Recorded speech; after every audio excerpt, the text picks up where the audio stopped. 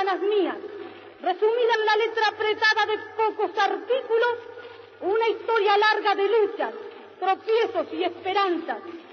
Por eso hay en ella crispaciones de indignación, sombras de ocasos amenazadores, pero también alegre despertar de auroras triunfales.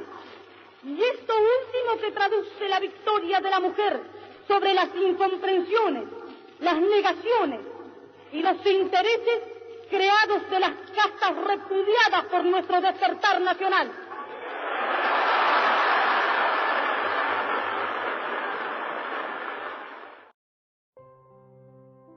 Hola, hoy hablaremos un tema relacionado con la Convención de los Derechos Políticos de la Mujer y la Convención Interamericana acerca de los derechos políticos de la mujer. Pero antes de hablar acerca del tema, vamos a remitirnos al concepto de qué es un derecho político. Y es que los derechos políticos son ese conjunto de condiciones y opciones que posibilitan al ciudadano a participar en la vida política de su nación, expresando con el ejercicio del derecho su criterio, como una forma de ejecutar su libertad personal y de conciencia, y formando con su manifestación un vínculo con sus representantes electos, es decir, entre gobernantes y gobernados. Este es el derecho político al que nos referimos en esta hora. Acerca de los antecedentes históricos de la Convención sobre los Derechos Políticos de la Mujer, tenemos que, en primera instancia, la Comisión de la Condición Jurídica y Social de la Mujer se reunió por primera vez en Lake Sussex de Nueva York en febrero de 1947, poco después de la creación de las Naciones Unidas. En aquel momento, los 15 representantes gubernamentales que formaban la comisión eran mujeres. Desde su nacimiento, la comisión contó con el apoyo de una dependencia de las Naciones Unidas que más tarde se convertiría en la División para el Adelanto de la Mujer, dependiente de la Secretaría de las Naciones Unidas. Entendemos entonces que la Comisión de la Condición Jurídica y Social de la Mujer forjó una estrecha relación con aquellas organizaciones no gubernamentales, aquellas reconocidas como entidades consultivas por el Consejo Económico y Social, eran invitadas a participar en las sesiones de la comisión en calidad de observadoras. Esta comisión, entre 1947 y 1962, se centró en establecer normas y formular convenciones internacionales que cambiaran las leyes discriminatorias que deterioraban la dignidad de las mujeres y que aumentaran la sensibilización mundial sobre las cuestiones de la mujer. En sus aportaciones a la redacción de la Declaración Universal de los Derechos Humanos, la cual se dio en 1948, la Comisión defendió con éxito la necesidad de suprimir las referencias a los hombres como sinónimo de la humanidad y logró incorporar un lenguaje nuevo y más inclusivo como lo vemos hoy en día. Dado que la codificación de los derechos jurídicos de la mujer debe apoyarse en datos, en análisis, la Comisión muy inteligentemente inició una evaluación de la condición jurídica y social de la mujer a escala mundial. Se llevó a cabo amplias investigaciones, gracias a las cuales se obtuvo un detallado panorama país por país de la situación política y jurídica de las mujeres, que con el tiempo serviría de base para la redacción de los instrumentos de derechos humanos. Esta comisión elaboró en las primeras semanas de reuniones las convenciones internacionales sobre los derechos de la mujer, como la Comisión sobre los Derechos Políticos de la Mujer en 1953, que fue el primer instrumento de derecho internacional en reconocer y proteger los derechos políticos de las mujeres. Entendemos entonces que la creación de esta convención fue en 1953, pero entró en vigor en 1954. Bueno, para continuar, mi nombre es Jeanette Gómez y es necesario hablar del contexto histórico. El contexto histórico se dio mediante la influencia que ha tenido los movimientos sociales en el transcurrir de la historia. Es por ello que los movimientos sociales de las mujeres, proclamando sus derechos, en principio los derechos sociales, ha llevado a que sean escuchados por la ONU, y la ONU ha decidido tener en cuenta los movimientos sociales de las mujeres, y lo hace a través de campañas que se entienden como un cabildeo político, y es constante que se hacen por diferentes movimientos, lo hacen diferentes movimientos sociales, las mujeres siempre que quieren reclamar o hacer destacar un derecho político que ellos sienten que se les está vulnerando. La democracia que se ha adoptado es fundamental porque se basa en el principio de la igualdad jurídica que se debe tener todo ciudadano. Y entrando en materia acerca de la Convención de los Derechos Políticos de la Mujer, afirmamos que la Convención fue ratificada en 1953, el 31 de marzo, pero entró en vigor el 7 de julio de 1954, como lo confirma el artículo 6 de esta misma convención. Interesantemente, dice las partes contratantes en el principio de esta convención, y es que surge una pregunta entonces: ¿quiénes son las partes contratantes? Y la respuesta es bien sencilla: son aquellos países que hacen parte de las Naciones Unidas, países que en 1945 firmaron la Carta de las Naciones Unidas en la Conferencia de San Francisco, conferencia en la que se firmó la Carta y en la cual los delegados de cada país perteneciente a las Naciones Unidas, en este entonces eran 50 países, que formularon algunas propuestas preparadas por los representantes de China, la Unión Soviética, el Reino Unido y los Estados Unidos.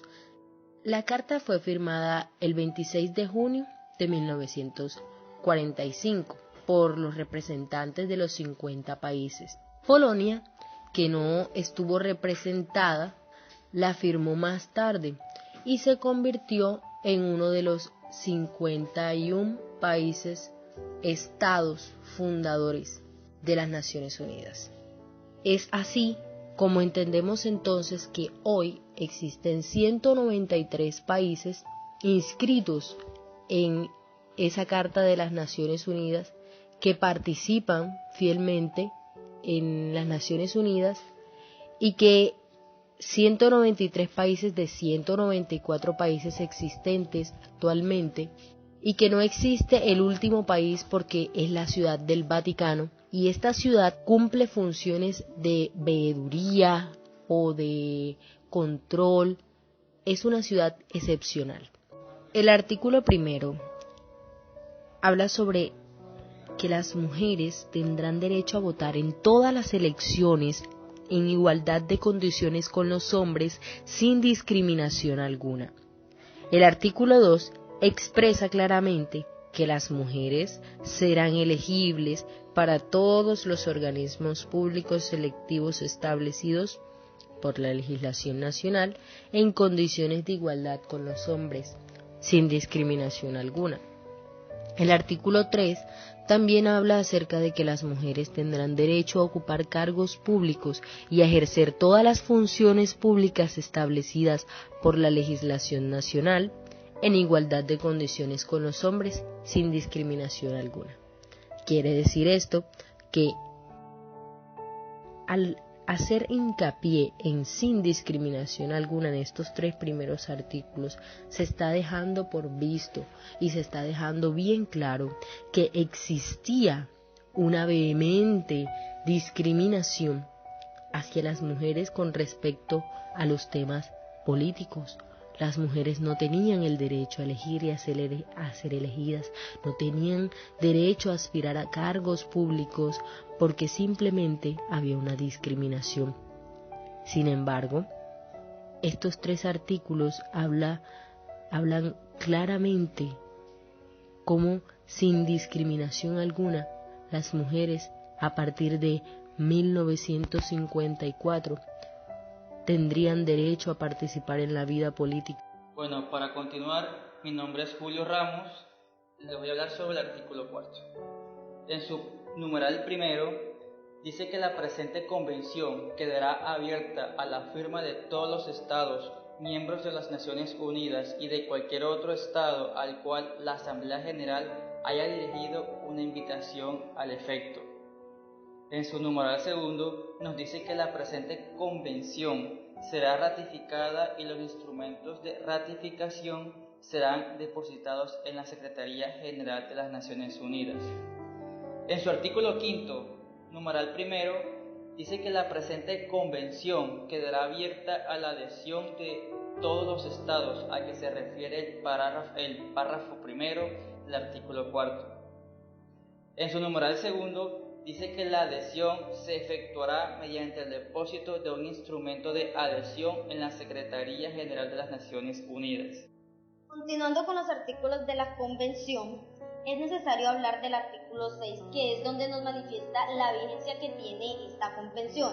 Y el artículo 6 en su numeral primero nos habla de que tiene un vigor de 90 días luego de la fecha en que se haya depositado el cese de instrumentos de ratificación o de adhesión. Del mismo modo, si existiese un Estado que se ratifique o que se adhiere a ella después del depósito del sexto instrumento, la Convención le entrará en vigor a ese Estado 90 días luego a la fecha en que se haya depositado el instrumento de ratificación o de adhesión.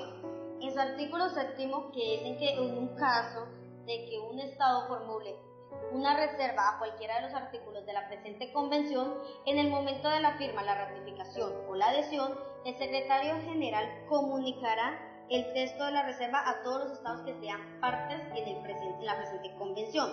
Cualquier estado que se oponga o que tenga objeciones lo podrá hacer dentro de un plazo de 90 días contados a partir de la comunicación que le haya realizado el secretario general de las Naciones Unidas.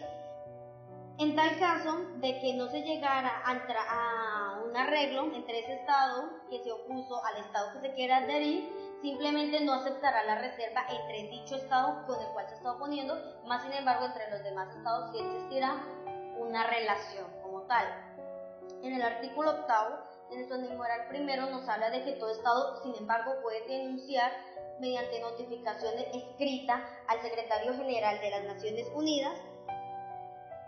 Al secretario de las Naciones Unidas puede denunciar lo que esté inconforme y su denuncia se surtirá luego de un año después a la fecha en que el secretario haya recibido la notificación.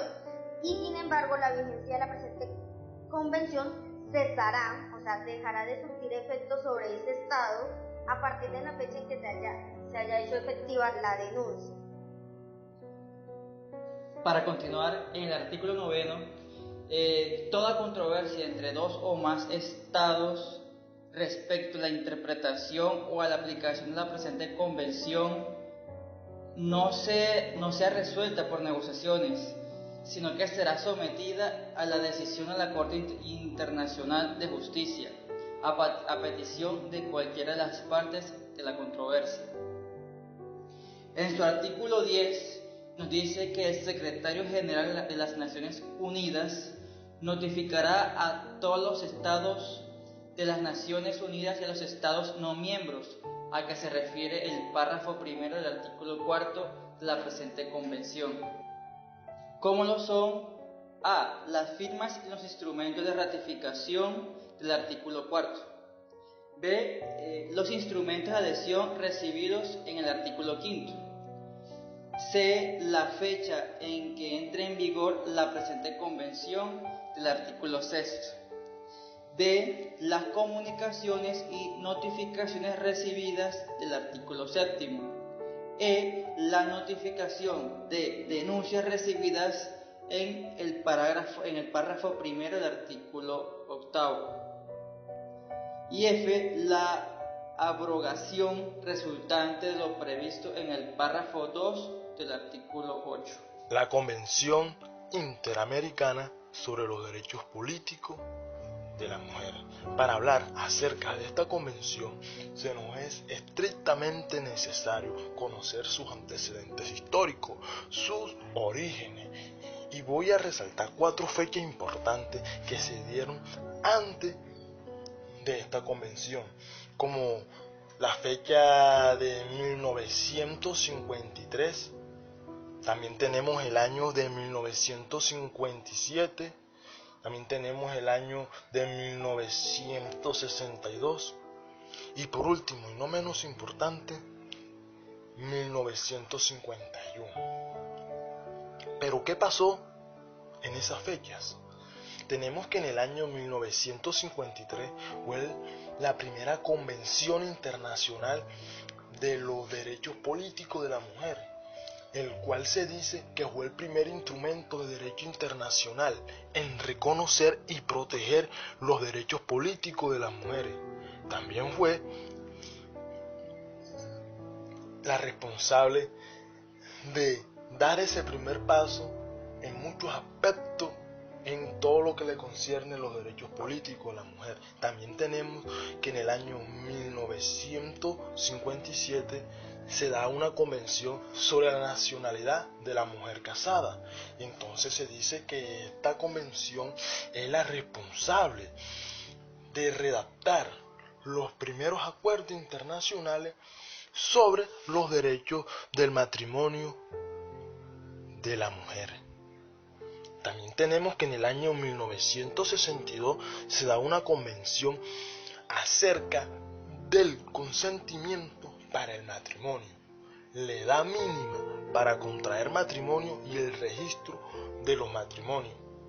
En el año 1951 se da una convención que aquí en esta convención se puede decir que ya es un paso muy importante de los derechos políticos de la mujer con respecto al hombre, y estamos hablando acerca de la igualdad de remuneración de la mano de obra masculina frente a la mano de obra femenina. Entonces, ahora sí vamos a hablar en sí sobre la convención. Y esa convención es muy relativamente, sus escritos, sus postulados son cortos, concisos, pero concretos. Y entonces se dice en la convención, en las consideraciones, dice que la mayoría de las repúblicas americanas, inspirada en un principio de justicia y equidad, han concedido los derechos políticos de las mujeres.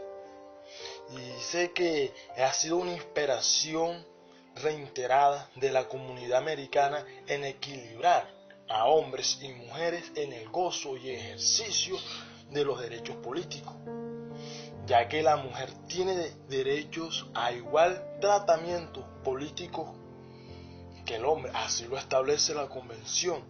Y también la convención expresa que el principio de igualdad de derechos humanos de hombres y mujeres está contenido en la Carta de las Naciones Unidas,